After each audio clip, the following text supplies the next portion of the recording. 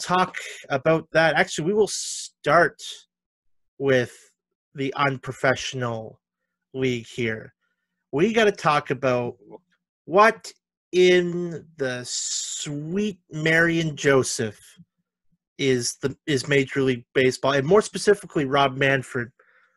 What's this guy's deal, Sean? What's his deal? I can't get a read off him, honestly. What makes him such a unique commissioner, though, is the commissioner is supposed to sort of be like the middle ground between the owners and the players, but also so it's sort of leaning towards the owners, Mm, if how I see it, the the commissioner needs to be looking out for what's best for the game, and in turn that comes with what's best for the players and what's going to make the owners money.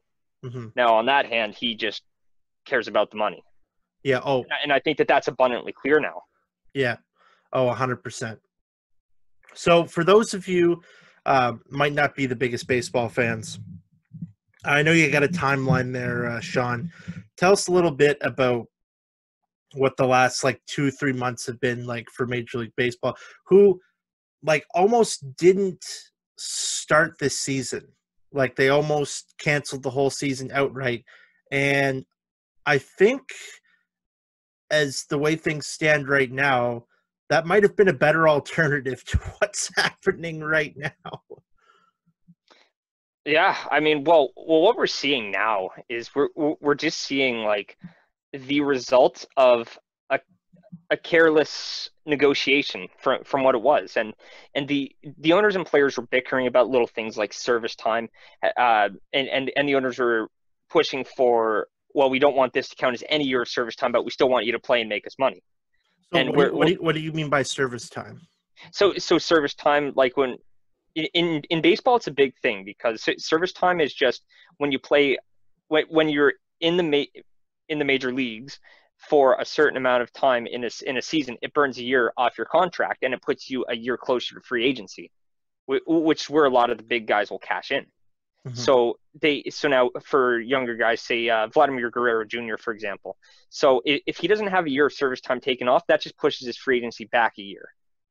So Okay. when he can cash in, gets pushed back. So for obvious reasons, that's bad for the players. Yeah. And so they were pushing for some sort of middle ground, but the owners still weren't budging on service time, and it was just really really weird. And they were negotiating how much of their salaries they get, and it was just a huge, like, an absolute mess Mm-hmm. of negotiations. So Yeah, I guess that would be a complicated issue considering they're only playing like a third of what a normal season is. yeah, Mm-hmm. yeah, and that's the thing too. I think that they're getting a certain amount of their prorated salary, so what they would have made earlier, and then only a certain portion of it in the second half. I'm not sure the exact details on what the players are getting from their contracts, but like the whole perception of billionaires versus millionaires is kind of like, it's kind of inaccurate, because outside of the top tier of baseball players, like, some of these guys are making nothing. Yeah. Like, I think it was Rowdy Tellez on the Toronto Blue Jays was apparently behind on rent payments because he Jeez. doesn't even make enough. Mm-hmm. He makes like less than 500 grand. Yeah, you got to think because like baseball rosters are so massive now. MLB. Now I know that ratings have been declining for MLB, and I'm not sure how that's affected the overall like revenue. And like I know the salary cap structure is different because it's not like a firm cap in Major League Baseball, but baseball teams have really big rosters. And I think doesn't their cap include like all their minor league players too? Um, like Yes. there's like a bigger, like they still make more revenue than say like an NHL, but it's divided, the pie is divided up so much more um, vaster, and the portions are a lot thinner. And then you also have the guys at the top in baseball, like a Bryce Harper, making screw you amounts of money, and yeah, and that can take away from it too. Yeah, and that's the thing, is that some of these players make that screw you kind of money, Hmm. where there's that huge division. Hmm. And in baseball, obviously, you have the luxury tax, but and they were talking about raising that even. So like, and it's a situation where the rich get richer and the poor get poorer. Hmm. Hmm. So I mean, it's just a huge mess because in this whole thing, and I guess this is like a bit of a segue into like the bigger issue here, is that they spent so much time bickering about money that now they're at a point where they don't know what's even going to happen with the season because of the pandemic that they apparently completely forgot about. Yeah.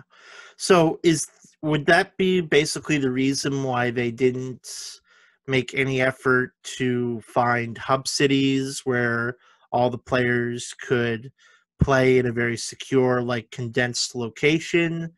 Um, is basically they were arguing over CBA talks, or did they just not take it as seriously? Like, has there been any explanation of why they basically had no plan for the grave issues they're facing right now? Well, the idea that they were going with was that teams would stick to playing teams in their geographical regions. So now, where you have the East, Central, and West in each league, so Hmm. the AL East would only play teams from the NL East, so that they wouldn't have to travel all the way across the country to play. Yeah. So they stick to their geographical areas. So I think that they were hoping, and this is one thing that they were banking on, that their players and staff would be responsible. and Hmm. and and, and that's just the thing that we've learned about coronavirus, is that it's extremely unpredictable, and you can do all the right things, but it could still get to you. Yeah. And So, we're seeing that now. hmm so that's a great point to kind of lead into with, like, saying that the league basically trusted the players to be responsible while limiting travel somewhat. Like, a virus really gives a crap about how far you travel. Like, there's other people from vast parts of, like, way off parts in different countries and everything traveling through those airports, especially in the United States, where they've hardly, if any restrictions were put in place on airlines, which there were some, but are probably mostly all lifted now because they just don't care. Um, but like, trying to be responsible, which was, I guess, like their plan as far as safety goes. But so Manfred is the his big thing. He made that statement saying that, like, it was warning the players, like, if you do not obey the parameters here, we're going to shut the season down. And I think the St. Louis Cardinals were cited as, like, big offenders of, like, not following protocols. Do we have any idea what those protocols were and, like, how well defined they were, if they actually were? Well, to me, it sounded really vague. I don't know the exact wording, but essentially it was just doing things that they told us to do from the start. Like when we started opening up, they said still maintain social distance, wear a mask, and that's a big thing now, is wearing a mask, and and stay home as much as you can. Hmm. Try to avoid public spaces where you can't socially distance. Hmm. And in these major city centers, like especially St. Louis, like for example, like sometimes it's not possible to socially distance. So at that point, you shouldn't be going out to bars or restaurants. And I'm not exactly sure where these players had been, but I'm willing to suspect that they were in places where they shouldn't have been. Yeah. And I'm just questioning, like, how much, like, guidance, or, like, what were they told were the parameters they have to stay in, because you can't expect players to follow parameters if they're not clearly set in stone. And it doesn't really sound like that's the case at all when it comes to the MLB. Well, and that was the big problem with the debate on whether or not the Jays should be allowed to play in Toronto, where Hmm.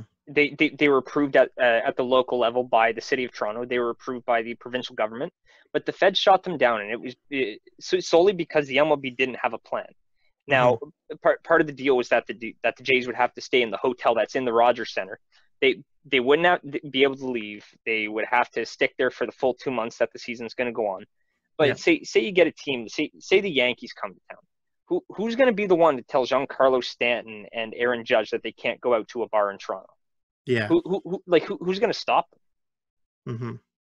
So I think that was the big problem, and it's really looking like a good call now at this point, because like they're just going to do it anyway. Yeah. So where do you think the season goes from here? We've had what, some 20 or 30 games canceled at this point? Well, see, I think the hardest part right now is going to be A, containing the outbreaks that we've seen, and B, finding a time to finish or to actually play the games that sort of got left behind. Mm-hmm. And so the MLB did announce, I'm pretty sure it was yesterday or the day before, that they intend on putting their playoffs into a bubble, into one big bubble, and it's going to be an expanded format with 16 teams instead of 8. Okay. And they're actually going to have a hub city for it, and they're going to go with one hub city, and they're just going to play all their games there, which is a good idea, but Mm-hmm. like we still got a long ways to go until we get there. It should be in Toronto. Really? Realistically, it should, honestly. Mm-hmm. Yeah, Like and the infrastructure where you can actually house these players inside the Rogers Center, I'm not sure like what the capacity is. Yeah, but and if you can house them there. And isn't the Rogers Center and like Scotiabank Arena relatively close to one another? Yeah. They're like both right downtown. I think it's like a 10-minute walk. Yeah, like why couldn't you just like expand the bubble structure that's being used for the playoff for the NHL right now to just work around that? Like, yeah, or Yeah. like just move it. Like you already have like the bubbles are working for the NHL. They've had no positive COVID tests since the players have entered the bubble. Like it'd be the perfect place to do it. And also like Canada is just a better place to be now than the States if you want to avoid COVID-19. It's just honestly, facts. Yeah. Yeah, and the one thing about the NHL bubble is that the Royal York, where I think all the play-in teams are staying, it actually has a tunnel that links to Scotiabank Arena, so they can go through that tunnel and not break the bubble. Yep. So, like, in Toronto, you just kind of have that advantage. And again, a hotel in the Rogers Center, that sounds more than ideal. Yep. Absolutely. You don't even have to leave the facility. Yeah. So, do you think the MLB finishes its season?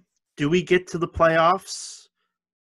I think it's way too murky to see right now, because they sort of seem persistent on just muscling their way through, and as a lot of people have called it, they said it's a sprint, not a marathon this time around. Whereas usually you're playing 162 games, but it's only a 2-month, 60-game season, so you could tell that they're just trying to get it done as fast as they can just to say they did. Yeah. But it's really way too hard to say. If I was a betting person, I'd say no. Like it just seems like it's spun too far out of control in the United States for it to even have a shot. Well, and also, even if they do make the playoffs, there's all this talk, like especially in the NBA and the NHL, most sports that are coming back now, that whoever wins the championship this year, there's going to be an asterisk because the season was thrown off. It's unconventional. Although I think especially for the NHL, considering especially if one of the play-in teams happen to win it, they have to get 3 more wins. I say that's an even harder, and I think they should almost be held in a higher regard. And also coming off of like rust and everything like that, like I think that like the asterisk should be that like this was like a heightened degree of difficulty. But with Major League Baseball, if you have to make up all those games, because you can't go into the playoffs unless everyone's played the same amount of games. At least they might. They might just choose to say screw those games, but like that wouldn't be fair. Because in hockey, it was a little easier though, because you can go based on some sort of win percentage.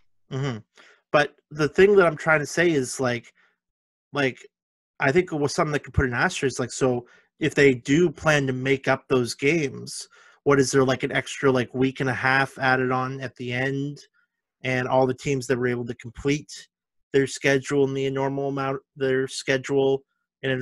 of time have to like just sit and wait, and they get that extra week's rest while like a handful of teams have to finish theirs. That's where you could put an asterisk on whoever wins the World Series, because if you get an extra like week and a half, 2 weeks off, because and the other teams have to have another 2 weeks, where now some people would argue it's keeping them fresh and sharp and everything like that, but I would argue that they